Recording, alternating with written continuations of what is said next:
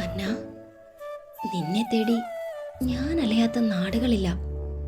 പലപ്പോഴായി നീ പറഞ്ഞിട്ടുള്ള നിന്റെ ബന്ധുക്കളുടെ എല്ലാ വീട്ടുപരിസരത്തും ഓരോ മാസം ഞാൻ തങ്ങും. എവിടെയെങ്കിലും നിന്നെ പൂട്ടിയിട്ടേക്കുന്നു എന്നായിരുന്നു എൻ്റെ സംശയം. പക്ഷേ എനിക്ക് നിന്നെ കണ്ടെത്താൻ കഴിഞ്ഞില്ലല്ലോ അന്ന. എനിക്ക് അറിയില്ല ശങ്കർ. അന്നത്തെ വീഴ്ചയിൽ ബോധം പോയ ഞാൻ പിന്നീട് കണ്ണു തുറക്കുമ്പോൾ എവിടെയോ ഏതോ ഒരു ഹോസ്പിറ്റലായിരുന്നു. സ്ഥലമൊന്നും എനിക്ക് മനസ്സിലായില്ല. എനിക്കൊന്നും ഓർമ്മയുണ്ടായിരുന്നില്ല. മാസങ്ങളോ അതോ വർഷങ്ങൾക്ക് ശേഷമാണോ എനിക്ക് ഓർമ്മ വന്നതെന്ന് പോലും എനിക്കറിയില്ല ശങ്കർ. പക്ഷെ ഓർമ്മ തിരികെ വന്നപ്പോൾ നിന്റെ മുഖമായിരുന്നു ശങ്കർ എൻ്റെ മനസ്സ് നിറയെ. ഓരോ ഓർമ്മകളും എന്നെ കൊല്ലാതെ കൊന്നപ്പോൾ ഒരു ഭ്രാന്തിയെ പോലെ ഞാൻ അവിടുന്ന് ഓടിപ്പോയി. എവിടേക്കെന്ന് അറിയില്ല, എങ്ങനെയെന്നറിയില്ല. നിന്നെ ഒരു നോക്ക് കാണാൻ ഞാൻ ഭ്രാന്തമായി ആഗ്രഹിച്ചു. റാഹേലച്ഛനെ നിനക്ക് ഓർമ്മയുണ്ടോ ശങ്കർ? അച്ഛനാണ് എന്നെ തുടർന്ന് ജീവിക്കാൻ പ്രേരിപ്പിച്ചത്. അച്ഛനാണ് ഇന്നീ നിലയിലേക്ക് എന്നെ എത്തിച്ചത്. എനിക്ക് വിശ്വസിക്കാൻ കഴിയുന്നില്ല ശങ്കർ. ഞാൻ നിന്നെ വീണ്ടും കണ്ടുമുട്ടി. എൻ്റെ ശങ്കറിനെ ഞാൻ വീണ്ടും.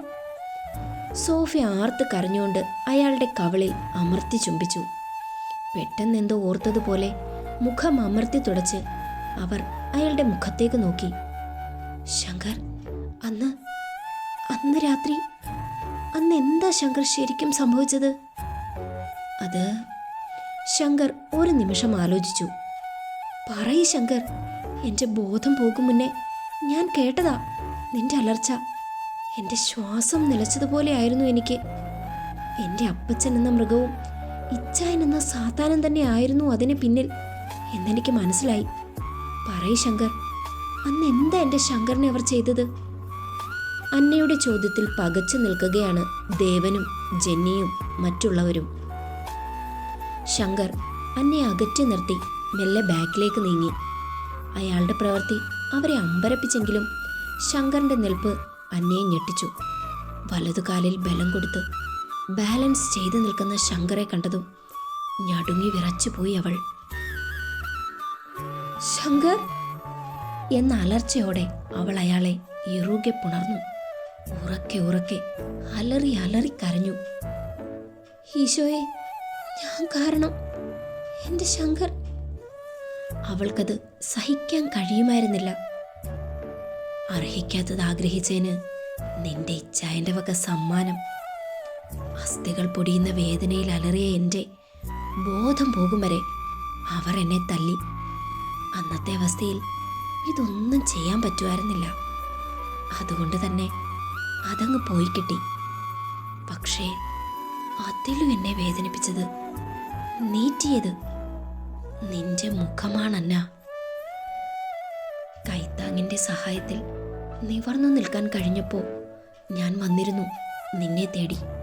പക്ഷേ അന്ന, ആർക്കും അറിയുമായിരുന്നില്ല നീ എവിടെയാണെന്ന്. ശങ്കർ. അവളുടെ നെഞ്ചിൻ്റെ താളം തന്നെ തെറ്റി. അവൾ അയാളെ വീണ്ടും ഇറുകെ പിടിച്ചു. അയാളെ അത്രമേൽ തന്നോട് ചേർത്തിട്ടും അവൾക്ക് മതിയായില്ല. അയാളുടെ മുഖവും കഴുത്തും ഉമ്മകൾ കൊണ്ട് മൂടുമ്പോൾ അവരുടെ കണ്ണീർ അയാളെ നനച്ചു. ജെന്നിയുടെ കൈ ദേവന്റെ കയ്യിൽ കോർത്തു. അവന്റെ കൈ ഐസ് പോലെ തണുത്തിരുന്നു. ശങ്കർ, എനിക്ക് നിന്നോടൊപ്പം ജീവിക്കണം. ശങ്കർ, ഇന്നെനിക്ക് വിലക്കുകളില്ല.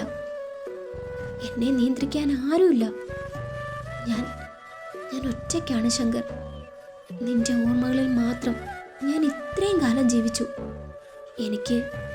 എനിക്കിനി അത് പറ്റില്ല ശങ്കർ. എനിക്ക് നിന്റെ മാത്രം അന്യായി ജീവിക്കണം. നമ്മൾ ഒന്നിച്ചു സ്വപ്നം കണ്ട, ഒരുപാട് ആഗ്രഹിച്ച ആ ജീവിതം എനിക്കത് വേണം ശങ്കർ. കൊച്ചു കുട്ടിയെപ്പോൾ അത്രമേൽ അടങ്ങാത്ത പ്രണയത്തോടെ അവളത് പറയുമ്പോൾ ചുറ്റും നിന്നവർ കണ്ണു തുടച്ചു. അതെ, പ്രണയത്തിന് മരണമില്ല, അതിർവരമ്പുകളൊന്നുമില്ല. വീണ്ടും കാലം അത് തെളിയിക്കുന്നു. അതേ, ഓഫീസറുടെ ശബ്ദം അവരെ ഉണർത്തി. സ്ഥലകാല ബോധം വീണതും സോഫിയ ഒരു തരം ചമ്മലോടെ അവരെ നോക്കി. അതെ മേഡം, ചമ്മണ്ട. ഈ കൂടിച്ചേരലിൽ സാക്ഷിയാകാൻ സാധിച്ചല്ലോ എന്ന സന്തോഷമാണ് ഞങ്ങൾക്ക്. ഇപ്പോൾ ഇവരുടെ കാര്യം കഴിഞ്ഞാൽ അടുത്തത് നിങ്ങളുടെ രജിസ്ട്രേഷൻ കൂടി നടത്താൻ ഞാൻ ഒരുക്കമാണ്. അത് എൻ്റെ സ്വന്തം റിസ്കിൽ. ID പ്രൂഫ് മാത്രം തന്നാൽ മതി, ബാക്കി ഞാൻ നോക്കിക്കോളാം. ശങ്കർ അന്നയെ നോക്കി ഒന്ന് ചിരിച്ചു. അയാൾ അന്നയെ ചേർത്ത് പിടിച്ചു. സർ, ഇപ്പോൾ ഇവരുടെ കാര്യം നടക്കട്ടെ. ഞങ്ങൾക്കൊന്നിക്കാൻ ഇതിൻ്റെ ഒന്നും ആവശ്യമില്ല. ഞങ്ങളുടെ മരിക്കാത്ത പ്രണയമാണ് ഇന്ന് ഞങ്ങളെ ഒന്നിപ്പിച്ചതും. ഇതൊരിക്കലും പ്രതീക്ഷിച്ചിരുന്നില്ല എന്നതാണ് സത്യം.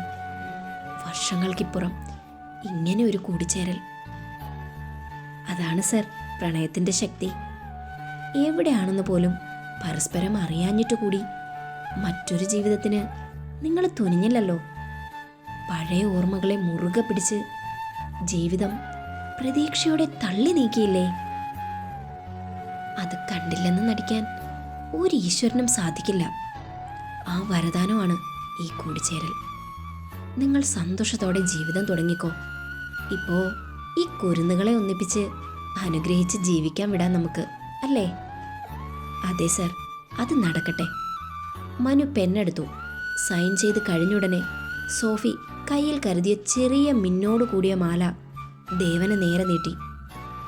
ഇത് ഞാൻ എൻ്റെ ഒരു സന്തോഷത്തിന് വാങ്ങിയതാണ്. ഇങ്ങനെയൊരു ഭാഗ്യം ഒരിക്കലും എനിക്കുണ്ടാകില്ല എന്ന് കരുതിയിരുന്നു. പക്ഷേ അവൾ ശങ്കറിനെ നോക്കി. ദേവൻ ചിരിയോടെ ആ മിന്നു വാങ്ങി. ഇത് കെട്ടാൻ സമയമായിട്ടില്ല ടീച്ചർ. ഞാൻ മിന്നു കെട്ടിയ ഒരിക്കലും ഇവളുടെ കഴുത്തിൽ നിന്നും ഊരി മാറ്റാൻ ഇടവരരുത് എന്നെനിക്ക് നിർബന്ധമുണ്ട്. ഇപ്പോൾ ഇവൾ എൻ്റെ പാതിയാണ്, എൻ്റെ ഭാര്യ. അത് മതി. ഇവളുടെ പപ്പയും മമ്മിയും എൻ്റെ അമ്മയും അനിയത്തിയുമൊക്കെ സന്തോഷത്തോടെ ചുറ്റും നിൽക്കുന്ന സമയത്ത് ഞാൻ ഇവളുടെ കഴുത്തിൽ താലി ചാർത്തും. അതാണ് എൻ്റെ ഏറ്റവും വലിയ ആഗ്രഹം. ഇന്നിപ്പോൾ ഇത് വേണ്ട എന്നാണ് എനിക്ക്. ജെന്നി, നീ എന്ത് പറയുന്നു? ദേവേട്ടൻ പറഞ്ഞതാ ശരി. ഇന്നിപ്പോൾ ഈ താലി അണിഞ്ഞ വീട്ടിൽ ചെല്ലും മുന്നേ എനിക്കിത് അഴിച്ചു മാറ്റേണ്ട വരും. അത് വേണ്ട, എനിക്കത് വിഷമമാകും. അത് വേണ്ടെന്നാ. ഒരിക്കൽ കിട്ടിയ താലി അഴിച്ചു മാറ്റുന്നത് അത്ര നന്നല്ല. ശരി ശങ്കർ, ഞാൻ അത്രേ ഓർത്തില്ല. ദേവൻ ആ മാലയിൽ നിന്നും താലി വേർപെടുത്തി. പിന്നെ അത് ജെന്നിയുടെ കഴുത്തിലണിഞ്ഞു. നമ്മുടെ ടീച്ചർ നമുക്ക് നൽകിയ സമ്മാനമല്ലേ, നിരസിക്കണ്ട, അല്ലേടാ? ദേവന്റെ കണ്ണുകൾ ജെന്നിയുടെ കണ്ണുകളുമായി കോർത്തു. പരസ്പരം പ്രണയം കൈമാറിയ ശേഷം ദേവൻ ജെന്നിയോട് കണ്ണുകൾ കൊണ്ട് സംസാരിച്ചു. ഇരുവരും തിരിഞ്ഞ് രണ്ടുപേരെയും നോക്കി. പെട്ടെന്ന് രണ്ടുപേരും മനുവിൻ്റെ കാലിലേക്ക് വീണു. അച്ഛൻ്റെ സ്ഥാനത്ത് തന്നെയാ ഇന്ന് വരെ കണ്ടത്. ഞങ്ങളെ അനുഗ്രഹിക്കണം. ദേവന്റെ സ്വരമിടറി. മനുവിൻ്റെ കണ്ണുകൾ നിറഞ്ഞു. മനസ്സറിഞ്ഞു പ്രാർത്ഥിച്ചുകൊണ്ട് അയാൾ അവരെ അനുഗ്രഹിച്ചു. പിന്നീട് അവർ സോഫിയയുടെ കാലിൽ വീണു. ജെന്നിയുടെ കരസ്പർശം ഒരുതരം മരവിപ്പായി അവളുടെ ശരീരത്തിലേക്കൂടി. ഇരുവരെയും ഉയർത്തിക്കൊണ്ട് അവർ രണ്ടുപേരെയും ചേർത്ത് പിടിച്ചു. എന്നും പരസ്പരം താങ്ങായും തണലായും ഒപ്പം ഉണ്ടാകണം. മനസ്സിൽ നിന്നും ഒരിക്കലും പ്രണയം ആയരുത്. പ്രണയിക്കണം മരണം വരെ. ജെന്നിയുടെ കവിളിൽ ഉമ്മ വയ്ക്കുമ്പോൾ സോഫിയ ഒന്ന് വിറച്ചു. അപ്പോൾ ആ നിമിഷം ജെന്നിയുടെ ശരീരം ആകെ ഒന്ന് കുടുങ്ങി. ശരീരത്തിൽ മിന്നലടിച്ച പോലെ അവളൊന്ന് വിറച്ചു. അതിൻ്റെ അമ്പരപ്പ് അവളുടെ മുഖത്ത് തെളിഞ്ഞു. ഏകദേശം അതേപോലെ ഒരു അമ്പരപ്പ് അന്നയിൽ തെളിഞ്ഞത് കണ്ട് ശങ്കർ അമ്പരന്നു. അയാൾ കണ്ണുകൾ മേലേക്കാക്കി. എന്താ? അപ്പോൾ സോഫിയ ശ്രദ്ധിച്ചത് ആ കണ്ണുകളാണ്. ജെന്നിയുടേതും അതേ കണ്ണുകളാണല്ലോ എന്നവർ അത്ഭുതത്തോടെ ഓർത്തു. പിന്നെ അയാളെ നോക്കി ഒന്നുമില്ല എന്ന് കാട്ടി. അവിടുത്തെ ചടങ്ങുകൾ കഴിഞ്ഞ് അവർ വേഗം ഇറങ്ങി. അന്ന, എവിടേക്കാ? ഞാനല്ല, നമ്മൾ ഒന്നിച്ചാ പോകുന്നേ. എനിക്കിനിയും ഒരു നിമിഷം പോലും നീയില്ലാതെ പറ്റില്ല ശങ്കർ. നിന്നെ ഓർത്ത് കരയാൻ എനിക്കിനി കണ്ണീറില്ല ശങ്കർ. പിന്നെ വർഷങ്ങൾ കഴിഞ്ഞാലും കാലം എനിക്കായി കാത്തുവെച്ചത് നിന്നെ തന്നെയായിരുന്നുവെന്ന് എനിക്ക് ചിലരെ ബോധിപ്പിക്കാനുണ്ട്.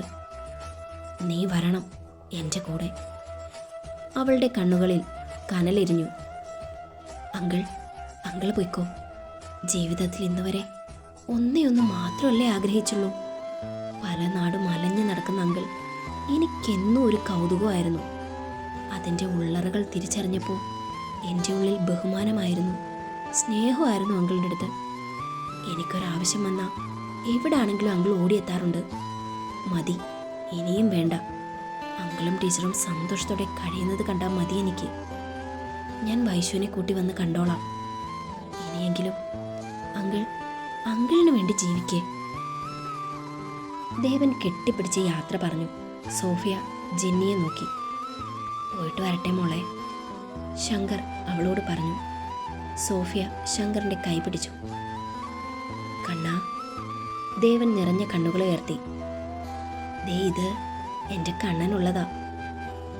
തൻ്റെ കാറിൻ്റെ കീ നീട്ടിക്കൊണ്ട് അയാൾ ചിരിച്ചു. അങ്കിൾ. കരഞ്ഞുകൊണ്ട് ദേവൻ അയാളെ കെട്ടിപ്പിടിച്ചു. എനിക്കിത് വേണ്ട അങ്കിൾ, ഒന്നും വേണ്ട. എനിക്കറിയാം അങ്കിളിൻ്റെ സ്വത്തൊക്കെ എൻ്റെ പേരിലാണെന്ന്. എനിക്കതൊന്നും വേണ്ട അങ്കിൾ. അങ്കിളിൻ്റെ സ്നേഹം മാത്രം മതി എനിക്ക്. അല്ല, ഞങ്ങൾക്ക്. ജെന്നിയെ ചേർത്ത് പിടിച്ച് ദേവൻ തിരുത്തി. മനു നിറഞ്ഞ പുഞ്ചിരി നൽകി. എങ്കി ഇന്ന് ഞാൻ അന്നയോടൊപ്പം പോയി വരാം. നിങ്ങൾ കാറിലൊന്ന് ചുറ്റിക്കോ. കാർ വീട്ടിൽ കൊണ്ടു ചെന്നിട്ടേക്ക് കേട്ടോ. മോളുടെ സ്കൂട്ടി പിന്നെ വന്നെടുത്താൽ മതി. പറഞ്ഞുകൊണ്ട് അയാൾ അന്നയ്ക്കൊപ്പം കാറിൽ കയറി. ദേവനും ജെന്നിയും കൈവീശി. അവർ പോയതും ദേവൻ ജെന്നിയെ നോക്കി. ഈ പ്രണയത്തിന് വല്ലാത്തൊരു ശക്തിയാണ് അല്ലേടാ? അവൾ ചിരിച്ചു. അവളുടെ ആ ചിരി അവനിൽ സന്തോഷം നിറച്ചു. അവൻ്റെ കണ്ണുകൾ അവളുടെ മുഖത്തോടി നടന്നു. ആ നിമിഷം അവളിൽ അവൻ താലിയും നെറുകയിൽ സിന്ദൂര ചുവപ്പും കണ്ടു. അവൻ്റെ മിഴികൾ വിടർന്നു. അവളെ വാരി പിടിച്ച് ചുംബിക്കാൻ തോന്നിയവന്. അവൻ ചുറ്റും നോക്കി. അവിടെ ഇവിടെ ആളുകൾ നിൽക്കുന്നത് കണ്ട് അവൻ അവളുടെ കയ്യിൽ പിടിച്ചു വലിച്ചു നടന്നു. ദേവേട്ടാ, ആളുകൾ ശ്രദ്ധിക്കും. എന്നാ പിന്നെ ഇങ്ങനെ കണ്ടോട്ടെ. അവൻ അവളെ കൈകളിൽ കോരിയെടുത്തു. അയ്യോ ദേവേട്ടാ! അവളുടെ പിടച്ച മിഴികൾ. ജെന്നി, ഇങ്ങനെ നോക്കല്ലേ പെണ്ണെ. എനിക്കെന്തൊക്കെയോ തോന്നുന്നു.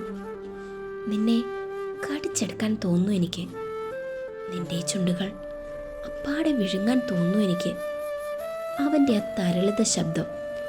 ചുവന്നുപോയി ആ പെണ്ണുടൽ. ഇങ്ങനെ ചുവക്കല്ലേ പെണ്ണെ, എൻ്റെ കയ്യിന്ന് പോകും കേട്ടോ. അവൻ്റെ ഇങ്ങനെയുള്ള സംസാരം തന്നെ ആദ്യമാണല്ലോ എന്നവൾ അമ്പരപ്പോടെ ഓർത്തുപോയി. അവൻ്റെ കണ്ണുകളിലെ ഭാവം നേരിടാനാകാതെ അവൾ പെട്ടെന്ന് മുഖം പൊതിഞ്ഞു പിടിച്ചു. ദേവൻ ചുണ്ടിലൊളിപ്പിച്ച കുസൃതി ചിരിയുമായി അവളുമായി കാറിനടുത്തേക്ക് നടന്നു.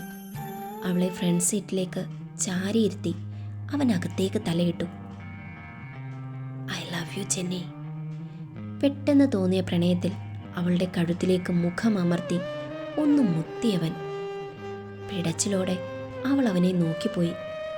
അവൻ്റെ കണ്ണുകളിൽ അപ്പോൾ തെളിഞ്ഞ ഭാവം അവൾക്ക് അന്യമായിരുന്നു. പ്രണയത്തിനുമപ്പുറം മറ്റേതോ ഒരു ഭാവം. അത് കണ്ട് അവളുടെ ഉടൽ ചെറുതായി വിറകൊണ്ടു. Jenny, you are mine, only mine.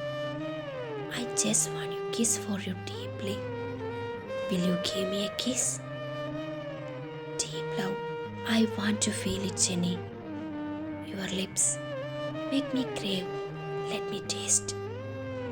ദേവന്റെ പ്രണയം നിറഞ്ഞ ശബ്ദം കേട്ട് ജെന്നി വിറച്ചുപോയി. അവൻ്റെ മുഖം താഴ്ന്നു വരുന്നതറിഞ്ഞതും അവൾ കണ്ണുകൾ മെല്ലെ അടച്ചു പിടിച്ചു. ദേവന്റെ ചുണ്ടുകൾ അവളുടെ കവിളുകളിൽ അമരുമ്പോൾ അവൾ വിറച്ചു. നാവുകൊണ്ട് ഒന്നൊഴിഞ്ഞ് അവൻ മാറി അവളുടെ അടഞ്ഞ കൺപോളയിൽ മെല്ലെ ഊതി. ഞാൻ ചോദിച്ചത് കേട്ടോ? എനിക്ക് അത് ടേസ്റ്റ് ചെയ്യണം. പക്ഷേ ആദ്യം നീ വേണം എനിക്കത് തരാൻ. വിരൽ കൊണ്ട് തൻ്റെ ചുണ്ടിൽ അമർത്തിയ ശേഷം അവൻ ആ വിരൽ അവളുടെ ചുണ്ടിൽ അമർത്തി. ഇതൊന്നാകുന്ന നിമിഷം, അതിനായി കാത്തിരിക്കുന്നു ഞാൻ. അവളുടെ കണ്ണുകൾ ചുവന്നുപോയി. അവൻ ചിരിയോടെ നിവർന്നു നടന്നു വന്ന് ഡ്രൈവിംഗ് സീറ്റിൽ കയറി.